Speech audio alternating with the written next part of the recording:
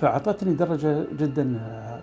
وبعدين قلت لها ترى انا اوريك شهاداتي على الاقل جيده في الانجليزي وانا اتكلم الانجليزي. بعدين اتبعت الاسلوب اللي على اساس على الاقل ما تفقد درجاتك.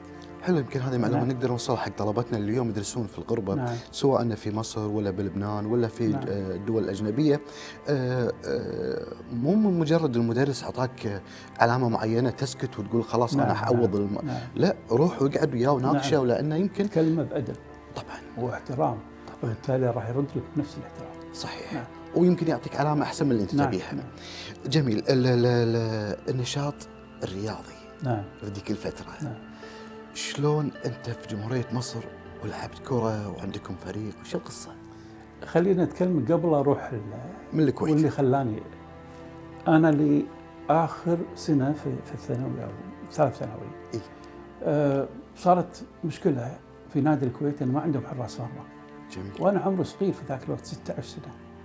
كان الاخ فيصل الزيد اللي هو فيصل طريجي، ومحمد الصقر كان حارس مرمى، واحمد طرابلسي. محمد صقر عضو مجلس امه ورئيس، هو كان عضو رئيس غرفه الان ما شاء الله. كان حراس مرمى.